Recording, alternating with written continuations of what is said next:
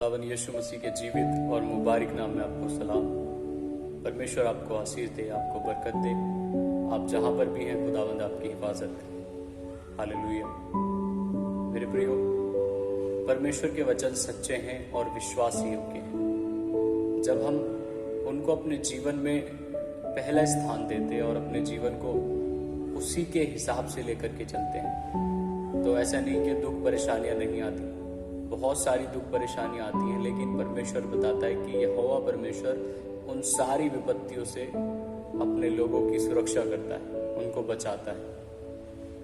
परमेश्वर के वचन में लिखा है, लूका 9 अध्याय उसकी 25 आयत, कि यदि मनुष्य सब कुछ प्राप्त करे और अपने प्राणों की हानि उठाए तो उसे उससे क्या लाभ होगा। हालेलुया।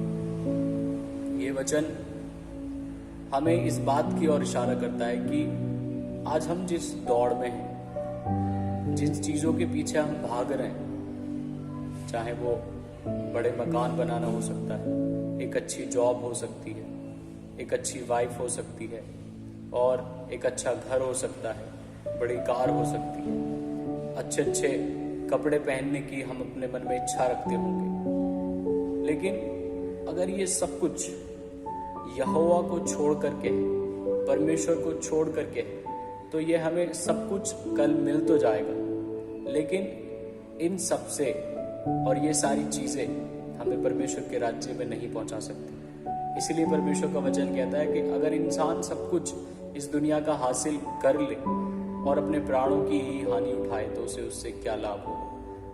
परमेश्वर का वचन यहाँ पर सीधे तौर पर बात कर रहा है कि आज हम सब कुछ पाने की कोशिश करते हैं, एक जिज्ञासा अपने मन में रखते हैं, लेकिन अगर हमने यीशु मसीह को छोड़ दिया है, अपने जीवन में परमेश्वर को पहले स्थान पर नहीं रखा, तो हम परमेश्वर के राज्य के वारिस नहीं हो सकते, परमेश्वर के घर में नहीं जा सकते जो उसने हमारे लिए बनाया। इसलिए परमेश्वर के वचन में हमें बने रहना और परमेश्वर की बातों पर अपने मन को लगा करके रखना है। तब हमें सारी चीजों पर ध्यान देना, हमें परमेश्वर को छोड़ करके कुछ भी नहीं करना। इसलिए वचन कह रहा है कि हम अगर सब कुछ प्राप्त कर लें और परमेश्वर को त्याग दें, परमेश्वर को छोड़ दें, तो वो चीज़ों से, उन सारी चीज़ों से हमें कोई भी फायदा ना हो।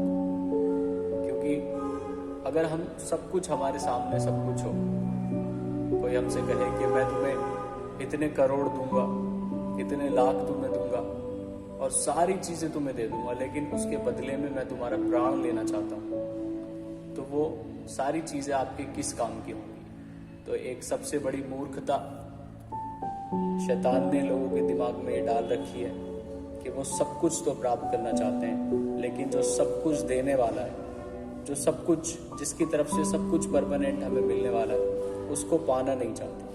वचन में लिखा है कि सबसे पहले परमेश्वर के राज्य की खोज करो, तब सारी चीजें तुम्हारे पीछे पड़ के तुम्हें मिलेंगी। आज आप एक अच्छे फ्यूचर की तलाश में हैं, परमेश्वर के राज्य की खोज करें, परमेश्वर के वचनों पर मनन करें, परमेश्वर के वचन के अनुसार अपने जीवन को ढालने की कोशिश करें। आप एक अच्छे वर्शिपर बनना चाहते हैं, परमेश्वर का पीछा करें, परमेश्वर के वचन का पालन करें। हम बहुत सारी चीजों में बहुत बार चूक जाते हैं, उस स्थान पर, जिस स्थान पर हम जाना चाहते हैं वहां पर नहीं जा पाते। क्यों? क्योंकि ये सारी चीजें हम परमेश्वर के बिना करते हैं।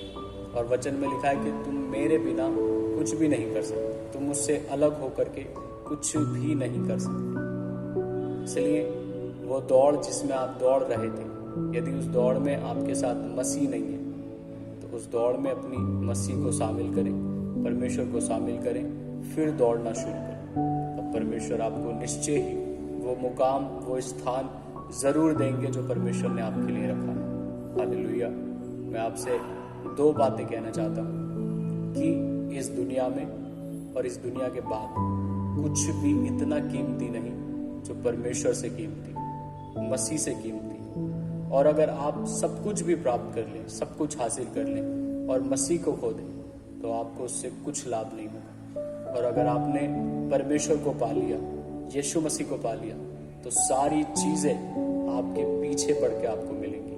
हालेलुया। परमेश्वर के वचनों को ना भूलें। ध्यान रखें कि परमेश्वर ही सब कुछ देने वाला है, परमेश्वर ही सब कुछ करने वाला है। उसके बिना हमारा कोई भी वजूद नहीं, वो है तो हम। हालेलुया।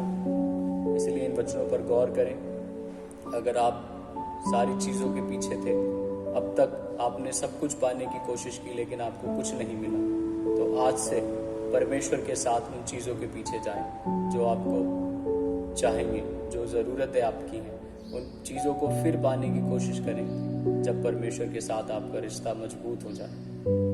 इन वचनों पर गौर करें। परमेश्वर इन सब वचनों के द्वारा आपको बड़ी आशीष और बरकत दे।